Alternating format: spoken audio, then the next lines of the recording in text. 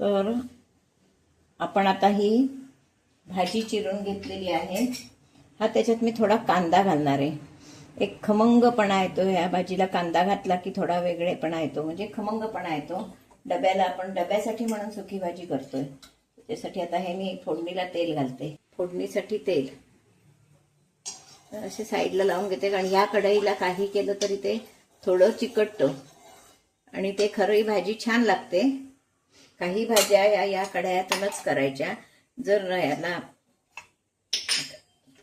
Nonstick मध्ये केल्या तर त्या खमंग वाटत नाहीत. तर आपलं तेल तापलंय का बघूया. तेल कमी होईल काय. मोहरी चांगली तडतडायला लागली आहे. जिरं चांगलं मस्तपैकी तडतडतंय,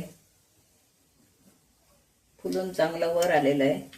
त्यावर आता आपण हा चिरलेला कांदा टाकणार आहोत. एकच कांदा मी मोठा चिरून घेतलाय. कांदा आपल्याला आवडीप्रमाणे घालावा. ज्यांना भाजी वाढवायची असेल तर थोडा वाढवला तरी चालतो, पण मी आत्ता थोडाच घातलाय. आम्हाला एवढा बास आहे.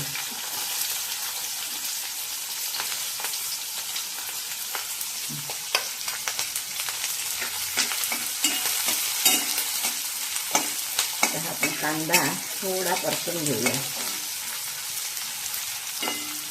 तर त्याच्यात हळद घालूया. टाकलेला असता तरी चिमूटभर हिंग,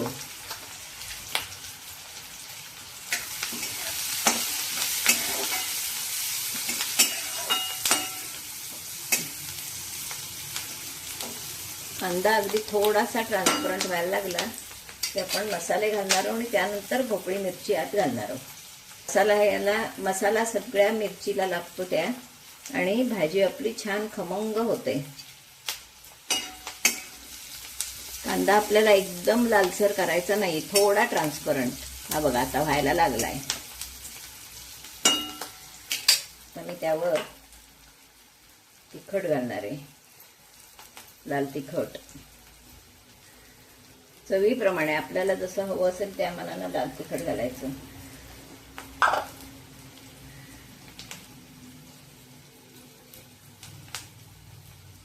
चवीप्रमाणे मीठ. या भाजीला थोडं मीठ कमी घालायचं, कारण ती भाजी दिसताना जरी भरपूर दिसली तरी होते कमी, त्याच्यामुळे कमी घालायचं. तिखट, मीठ, एक चिमूट साखर घालणार आहे.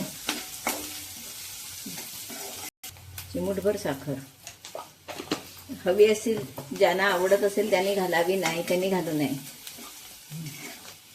त्याच्यावर मी एक चमचाभर बेसन टाकणार आहे, एक खमंगपणासाठी म्हणून चमचाभर बेसन. तर हे मी चांगलं परतून घेणार आहे आणि याच्यावर आपण भोपळी मिरची टाकणार आहोत.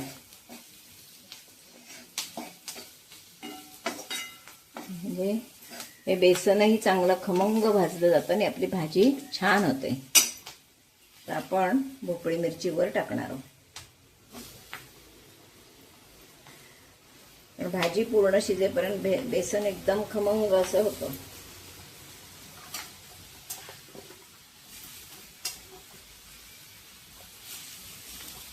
तर मसाला या भाजीला लावून घेणार आहे.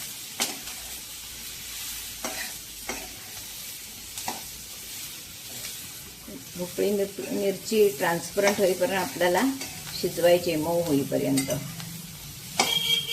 मसाला आपण व्यवस्थित लावून घ्यायचा भाजीला. कोणाला वाटप आवडत असेल तर वाटपही घालू शकतो, पण या भाजीला वाटपाची जरूर नाही. ही भाजी अशीच छान होते. व्यवस्थित मसाला कोट करून घ्यायचा.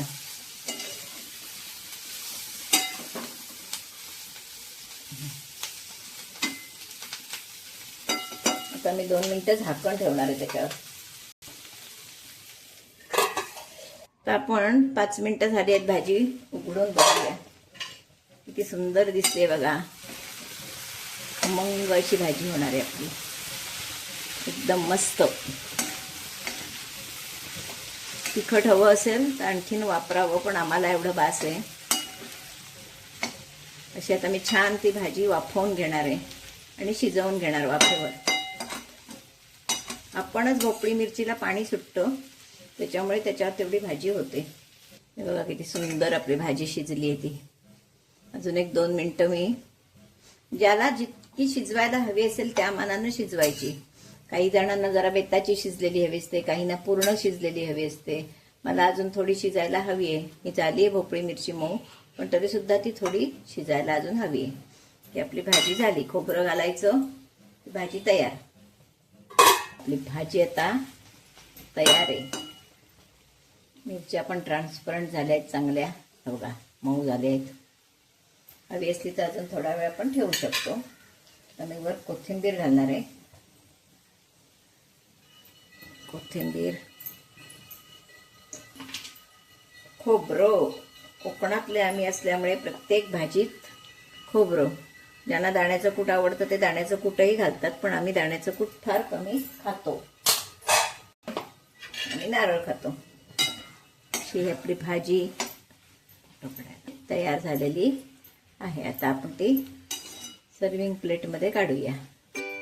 अशी ही आपली डब्यासाठी केलेली सुकी भाजी, भोपळी मिरची किंवा ढबू मिरचीची खाण्यासाठी तयार आहे. आता ही भाजी मी कशी केली, काय काय साहित्य वापरलं, कृती काय काय केली, हा माझा व्हिडिओ तुम्ही पहिल्यापासून शेवटपर्यंत बघा. आणि माझा व्हिडिओ जर तुम्हाला आवडला तर लाईक करा, शेअर करा, सबस्क्राईब करा, बेल आयकॉन बटन दाबायला विसरू नका. धन्यवाद.